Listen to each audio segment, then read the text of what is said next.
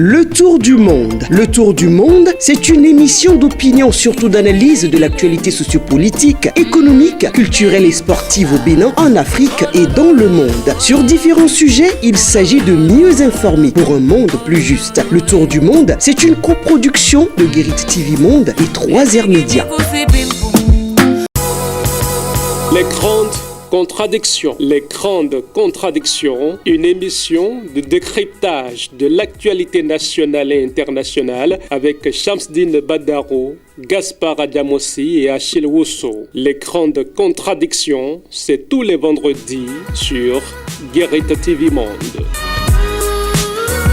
Le premier numéro de votre émission préférée, Les Grandes Contradictions, pour le compte de ce nouveau mois de juillet. C'est tout de suite et maintenant. Mesdames et messieurs, bonsoir et merci de prendre ce rendez-vous. Gaspard Adjamossi, bonsoir. Bonsoir, Shamsdine Badaro. Achille Wusso, bonsoir. Bonsoir, Shamsdine Badaro. Achille Wusso, de nouvelles attaques terroristes au Bénin, les mises en garde du gouvernement et aussi Barthélémy Kassa et le ministre de la Défense qui s'est compris disent qu'est-ce qui se passe concrètement. Oui, mais ce qui se passe, c'est que, comme vous l'avez dit, courant la semaine qui s'achève, il y a une attaque terroriste. En fait, il y a eu une attaque, l'attaque d'un commissariat dans le nord de notre pays, et plus précisément dans la commune de Matéri. Alors, selon certaines sources, cette attaque a été perpétrée par des terroristes, mais selon les informations fournies par le gouvernement, surtout par le ministre en charge de la sécurité, il n'y a pas donc de gîte de terroristes au Bénin, et donc qu'il s'agit, donc qu'il ne faut pas confondre cette attaque à une attaque terroriste. Mais à notre grande surprise, nous avons entendu à travers une déclaration de l'honorable Barthélémy Kassa qu'en fait, cette attaque relève donc d'une attaque terroriste. Et c'est là toute la contradiction. Alors, qui dit vrai et qui ment, on n'arrive plus à comprendre. Mais là où on pouvait peut-être prendre fait et cause pour l'honorable Barthélémy Kassa, c'est que il n'y a pas encore longtemps, courant cette même semaine, le même gouvernement a annoncé qu'il y a qu'on appelle une opération de recrutement de jeunes béninois par ce qu'ils ont appelé des aspirants au terrorisme, et que c'est des terroristes qui sont sur le terrain en train donc de recruter des jeunes. Donc, l'un dans l'autre, est-ce que ce n'est pas l'honorable Barthélémy Kassa qui a enfin raison sur le gouvernement, parce que là maintenant, les dernières informations, en tout cas ce communiqué du ministère vient confirmer qu'en fait, il y a des terroristes sur le sol du Bénin, et nous ne pouvons que demander donc au ministre de l'Intérieur de fournir des informations fiables, des informations capables donc de fixer les Béninois par rapport à cette actualité. Gaspard Adjamossi, ça fait peur. Oui, il y a de quoi avoir peur. Quand il y a des groupes armés, des terroristes qui attaquent notre pays, et qui plus est, attaquent les commissariats de police, parce que c'est de ça qu'il s'agit. Là, si les gens sont assez courageux pour aller attaquer ceux qui sont armés, qu'en serait-il de nous autres qui n'avons pas d'armes?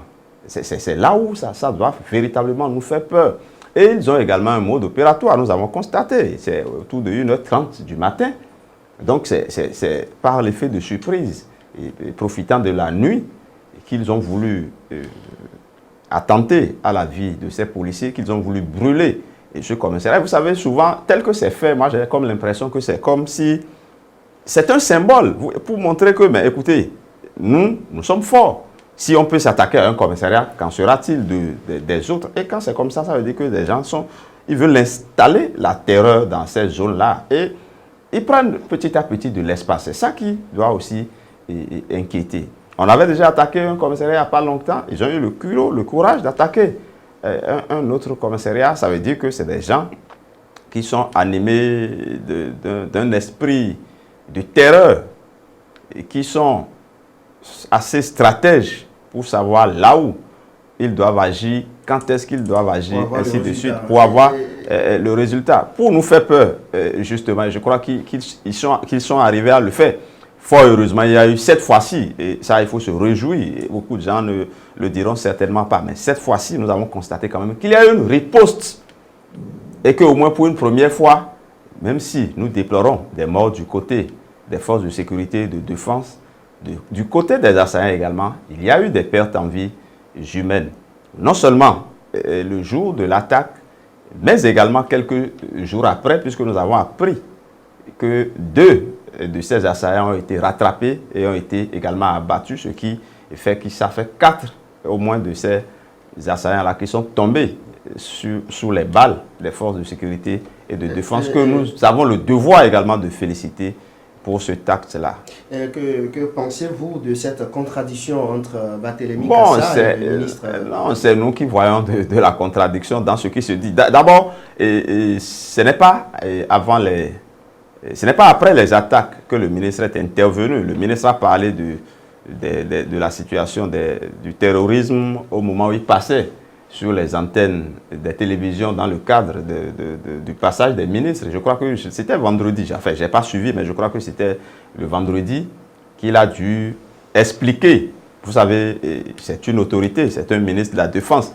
Quand on parle de défense, vous savez, on parle beaucoup de, comment on dit, secret défense. On ne livre pas toutes les informations liées à la défense nationale devant les caméras et partout où on veut. Le ministre a certainement voulu rassurer les Béninois en disant qu'il n'y a pas de gîte de terroristes. C'est-à-dire que les terroristes ne sont pas installés sur le sol béninois. Bon, on ne peut pas dire qu'il y a on ne peut pas le démentir, d'autant plus que pour lui, certainement, ces terroristes-là ont pour base arrière un autre pays qu'ils quittent pour venir intervenir sur le sol et pour repartir. Je crois que dans le mode opératoire de ce qui s'est passé à Materi, si j'ai suivi un peu le film que les gens ont décrit, c'est que après l'opération, ils se repliaient quand ils ont été rattrapés par les forces de sécurité et de défense, notamment ceux qui ont été abattus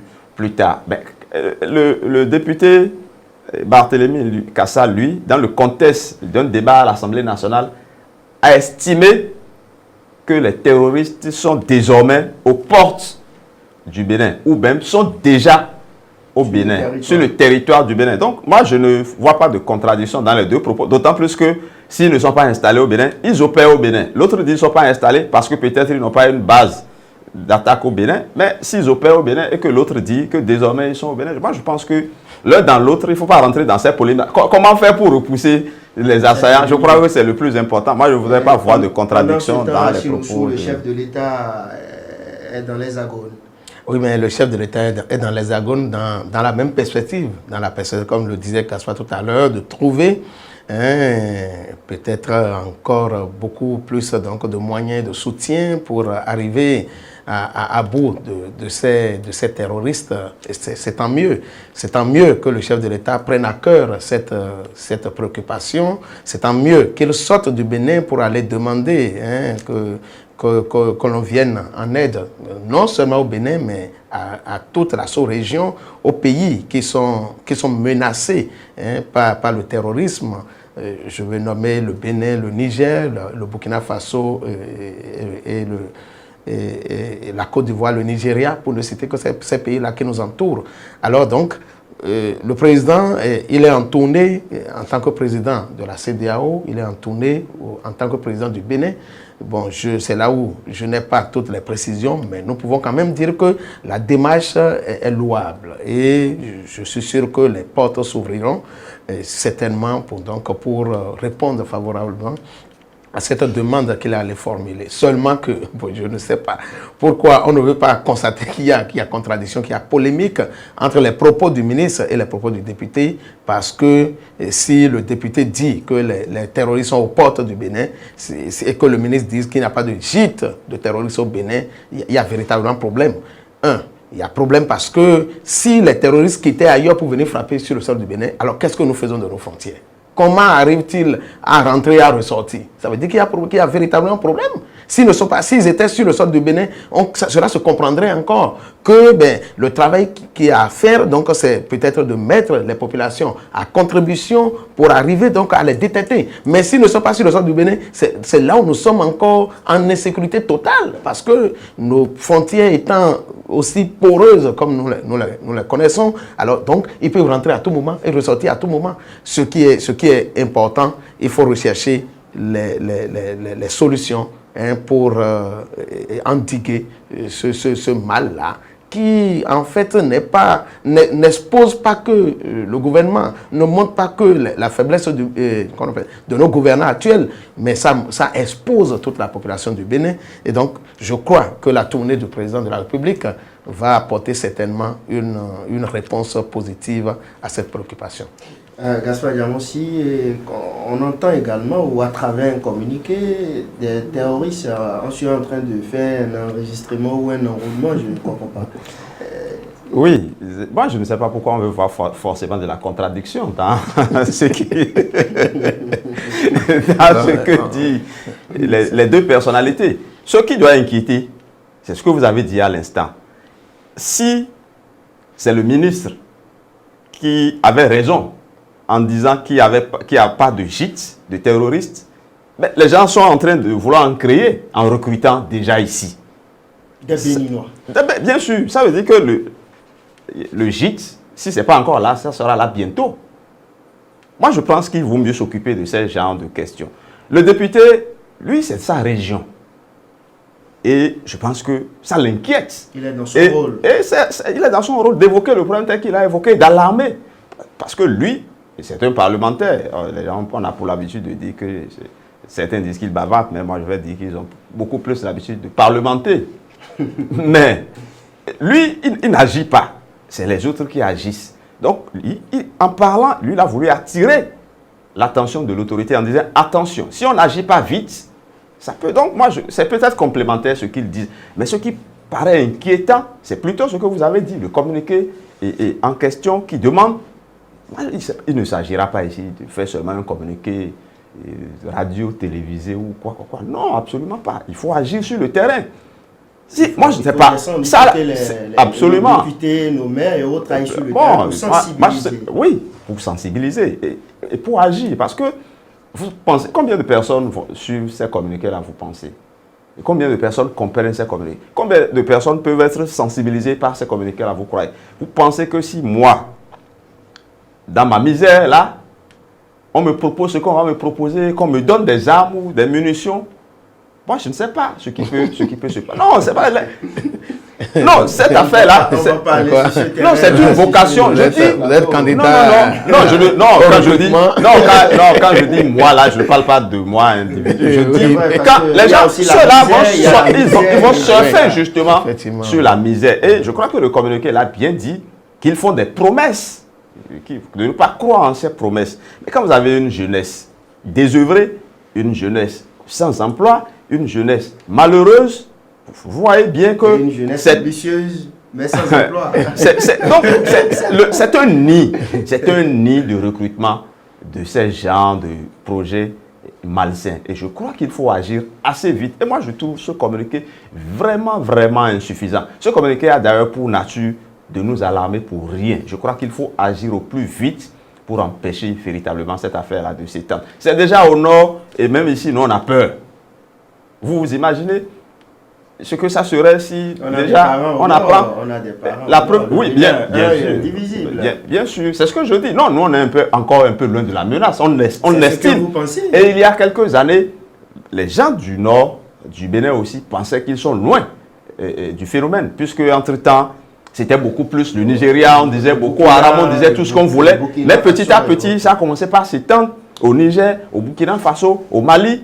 Et aujourd'hui, quel est le pays de la sous-région qui n'a pas eu son attaque terroriste? Quel est ce pays-là? Le Togo a eu, la Côte d'Ivoire a eu, et le Burkina, le Niger, le Bénin, tout le monde a eu. Ça veut dire que, c'est en cela que j'en viens à la tournée de cette. Ça veut dire qu'aujourd'hui, la solution n'est pas que une solution nationale. C'est aujourd'hui, la solution n'est qu'une solution régionale et internationale. C'est pour ça que la sortie de chef de l'État, mais la sortie de chef de l'État ne doit pas être seulement une sortie européenne. Ça doit lui permettre également de voir ses voisins. Parce que, vous savez, c'est pour ça, quand je parlais tout à l'heure, quand on faisait les débats de contradiction, mais si les gens sont au Niger, et qu'ils ont la possibilité de traverser la frontière du Niger pour venir opérer au Bénin, est-ce qu'on a besoin de dire qu'ils sont installés au Bénin ou bien qu'ils ne sont pas au Bénin? Mais non, ils opèrent au Bénin, c'est l'essentiel. Mais si le Bénin s'entend avec le Niger, et qu'il y a des forces mixtes de contrôle de cette frontière-là, et qu'ils ne peuvent pas traverser le Niger pour venir opérer au Bénin, qu'ils ne peuvent pas traverser le Bénin pour aller opérer au Niger, je crois que c'est déjà une forme de solution qu'on est en train de trouver à ces gens. Et je crois que prenons l'exemple, si quelque part le terrorisme a un peu reculé dans des zones du Nigeria, c'est parce qu'entre-temps, et le Tchad et le Nigeria se sont mis ensemble pour combattre de part et d'autre la menace terroriste. C'est peut-être ce qui a expliqué que ce soit répandu un peu vers nos régions. Je n'en sais rien, c'est des hypothèses que j'explore. Merci beaucoup. Nous allons poursuivre l'émission. À présent, nous allons parler du président du parti PRD, Maître Adrien Ngouedi, quelques heures après sa rencontre avec le président de la Cour constitutionnelle, Joseph Tchouabenou, Maître Adrien Ngouedi reprend sa toge. Gaspard aussi. Oui, moi, vous aimez les liens et les contradictions. Moi, je ne sais pas pourquoi.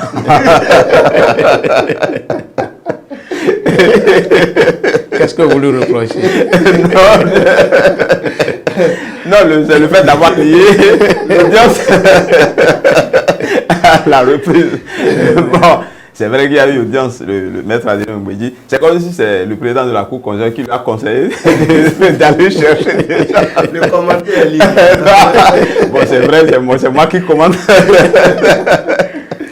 Non, en réalité, d'abord, quand on parle de l'audience, bon, il y a certains qui sont sceptiques par rapport à cette forme de rencontre. Non, mais vous savez, les deux, c'est des acteurs politiques. C'est vrai que Joseph Tchouabenou est désormais président de la Cour constitutionnelle, mais ça ne l'empêchera pas de discuter avec les différents acteurs politiques du pays.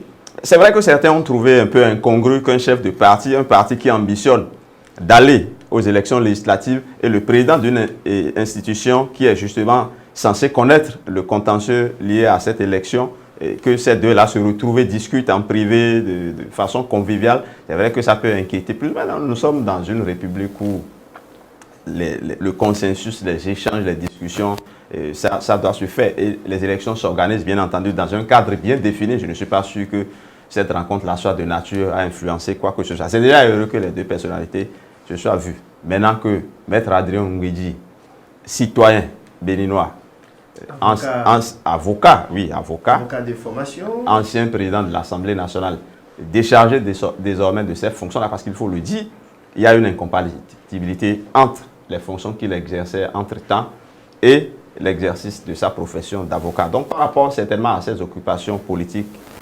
autrefois, il s'est mis en réserve par rapport à sa fonction d'avocat. Et comme aujourd'hui, il se sent un peu libre, il a certainement décidé de reprendre sa tour. Ce qui ne veut pas dire forcément qu'il va plaider. Si il est dans un cabinet, il y a des stagiaires, il a des collaborateurs qui peuvent plaider. Bon, certains ont peut-être vu son âge un peu avancé comme un handicap en se disant, mais qu'est-ce que Maître Adrien va encore chercher? Il est le seul à savoir les réelles motivations qui l'ont amené, n'est-ce pas, à repartir au barreau et à reprendre sa touche. Nous, on n'a pas à dire plus par rapport à ça. Félicitations donc à Maître Adrien Ngouedi. Oui, et félicitations à Maître Adrien Ngouedi. Parce que quand vous avez commencé, j'ai pensé que vous allez dire que c'était mon ami. Puisque vous... bon, on va revenir. Achiloso, le président Adrien Ngouedi reprend sa toge. Ah, mais c'est là où la contradiction naît. Bon, Gaspard ne veut pas que nous voyons la contradiction partout, mais le président Adrien Ngouédi, vous le désignez en tant que président de parti ou président de quoi? Pardon? Parti politique. Ah, heureusement. Alors, et jusque-là, on continue de se poser la question de savoir est-ce que Maître Adrien Ngouédi continue d'être le président du Parti du Renouveau démocratique ou d'être avocat. Parce que l'incompatibilité qu'expliquait Gaspard tout à l'heure, c'est que les fonctions politiques ne riment pas avec qu'on appelle son travail d'avocat. Mais ici, il ne s'agit pas d'une fonction politique. Il est président d'un parti politique, tout simplement. Non, mais président d'un parti politique, qu'est-ce que cela veut dire? Cela veut dire qu'il a encore les pieds en politique. Même si on peut nous dire qui sont au gouvernement et en même temps responsables. Ce n'est pas la même chose. Ce n'est pas la même chose. Le règlement intérieur ou les principes de l'ordre du barreau stipule que lorsque vous avez une fonction politique, vous ne pouvez plus exercer en tant qu'avocat. C'est selon mes lectures donc des explications qui ont été données, je ne sais pas si c'est exactement comme ça. Et si c'est exactement comme ça, on pouvait encore continuer à se poser la question de savoir est-ce que prochainement, lorsque nous savons par exemple que le défi prochain du président Adrien Ngouédi, c'est de tout faire pour que le Parti du Renouveau démocratique retrouve encore ses sièges à l'Assemblée nationale, est-ce que nous allons le voir battre campagne encore aux côtés donc, des candidats du Parti du Renouveau démocratique? C'est là toute la préoccupation. Mais si entre-temps, la fonction dont on parle, c'est d'exercer en tant que, par exemple, président de l'Assemblée nationale, être dans une fonction pleinement politique et que c'est ça qui est incompatible avec ses fonctions d'avocat, ça veut dire que, bon, d'une manière ou d'une autre, la porte continue, donc en fait la chance continue d'être encore du côté des militants du Parti du Renouveau démocratique qui l'auront encore comme appui parce que quand il sort, il a une caution. Il a une caution morale pour les candidats du Parti du Renouveau démocratique. Alors ce serait tant mieux. Oui, alors seulement que la question qu'on devait se poser, le déplacement du président de la Cour constitutionnelle, c'était dans quel cadre? Parce que nous n'avons pas eu de déclaration pour nous situer. Est-ce que le président de la Cour constitutionnelle est allé rencontrer le nouvel ancien avocat, ou bien il est allé rencontrer le président du Parti du Renouveau démocratique? C'est là toute la confusion, c'est là toute la contradiction qu'on peut encore chercher à éclairer. Mais bon, pour le moment, Maître Adrien Ngouédi redevient encore avocat. Il va certainement installer son cabinet et s'il va exercer, nous le saurons. Merci beaucoup à vous. Nous allons évoluer dans le débat.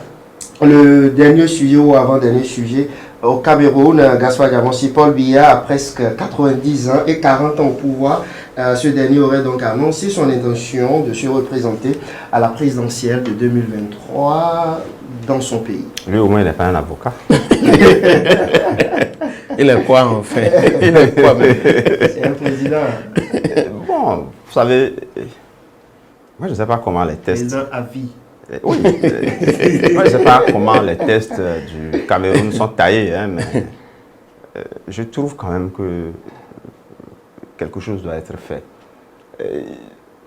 Moi, je ne sais pas, est-ce que ce sont les Africains qui ont cette relation aussi fusionnelle avec le pouvoir politique, ou le pouvoir tout simplement, je ne sais pas. Mais à presque 90 ans, 40 ans passés au pouvoir. Après avoir passé 40 ans au pouvoir, après avoir fait plus de 9 mandats, 5 mandats présidentiels, non, 10 mandats. Oui. De 5 ans fois... Non, ça fait...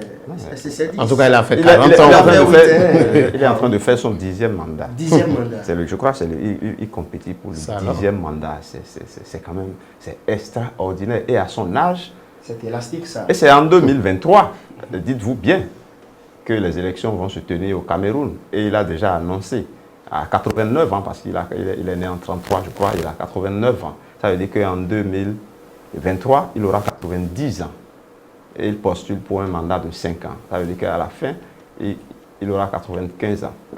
Et dans mes lectures, Je me suis rendu compte, puisqu'il séjourne beaucoup à l'extérieur pour des raisons de santé.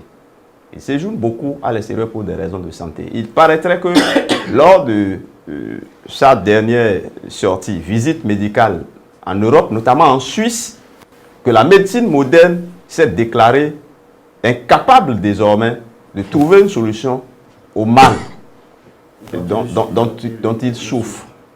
Ça veut dire qu'il souffre certainement d'un mal incurable.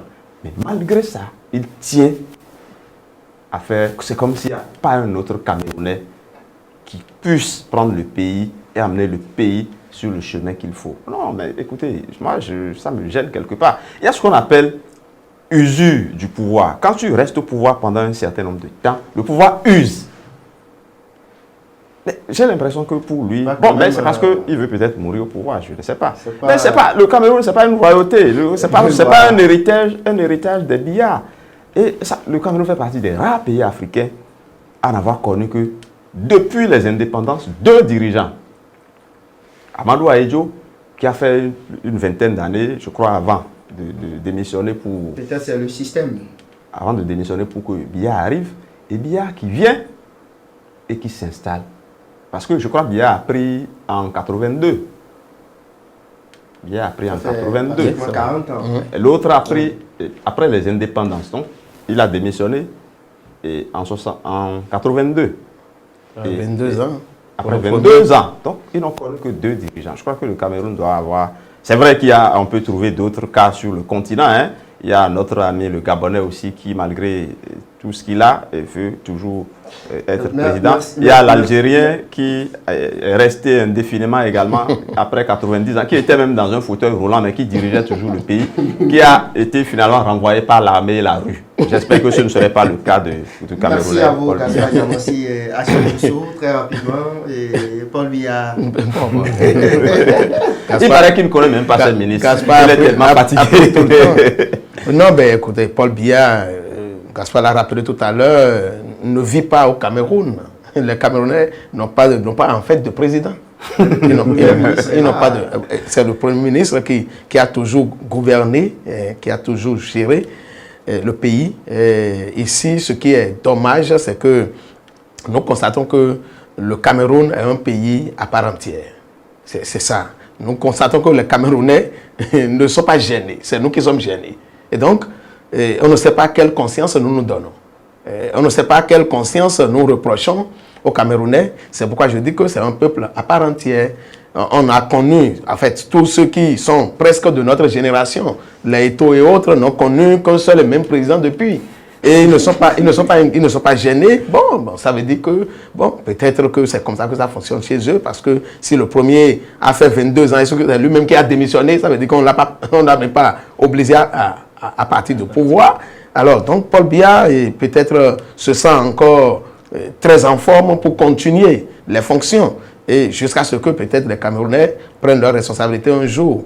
On reprochait la chose aux Togolais et aux Burkinabés, mais heureusement que, au Togo, d'une manière ou d'une autre, il y a eu quand même un semblant de changement. Au Burkina Faso, la rue a réglé le problème, comme en Algérie, mais au Cameroun, on est là, on croise les bras. Je ne vais pas oublier le Zimbabwe. Le Zimbabwe qui devrait aussi discuter le record avec Paul Biya. Mais heureusement que l'armée a rapidement donc réglé son compte. Bon, nous allons attendre 2023, c'est encore dans quelques mois. Peut-être que quelqu'un sortira de quelque part pour venir encore dire. Vous invitez à... Non, c'est une hypothèse, ce n'est pas... Non, nous ne disons pas donc de chasser Paul Biya du pouvoir, mais non, ce n'est même pas notre intention. Voilà. Notre choix, c'est que la lumière, que la lumière, ses dirigeants. Mais il y a un président américain qui a, parlant d'un dirigeant africain, qui a dit, quand j'étais élève, il était déjà président. Quand je suis devenu étudiant, il était toujours président. Quand j'ai commencé par travailler, je suis avocat, président. Je suis devenu gouverneur, il était toujours président. Je suis devenu président, il était président. Ancien président, il est toujours président. Allez, Paul Biya. Peut-être de Mugabe. Bien sûr, le vieux Mugabe. Voilà, c'est terminé pour aujourd'hui. Gaspard Diamossi. Merci. Merci à Paul Biya. Merci à votre fils. Les résultats du CEP session de juin 2022. Merci au vôtre aussi. Depuis hier jeudi, donc bravo à Aïtola, non, ou bien à Kolade. À Kolade, voilà. Bravo à lui et on passera à la maison. Ça vous reste encore quelques années. Non, mais c'est le BPC. Dans quelques jours, on reviendra la aussi. Semaine prochaine, exactement. Merci à nos fistons et bravo à eux. Félicitations également à ceux-là qui ont organisé les américains du CEP, certificat de juin 2022. Félicitations au ministère des enseignements maternels et primaires. Félicitations également aux autorités de l'autre côté de la DEC, je crois. Merci à vous et à très bientôt. Et à vendredi prochain, si Dieu le veut. Au revoir. Les grandes contradictions. Les grandes contradictions, une émission de décryptage de l'actualité nationale et internationale avec Shamsdine Badaro, Gaspard Diamossi et Achille Wusso. Les grandes contradictions, c'est tous les vendredis sur Guérite TV Monde.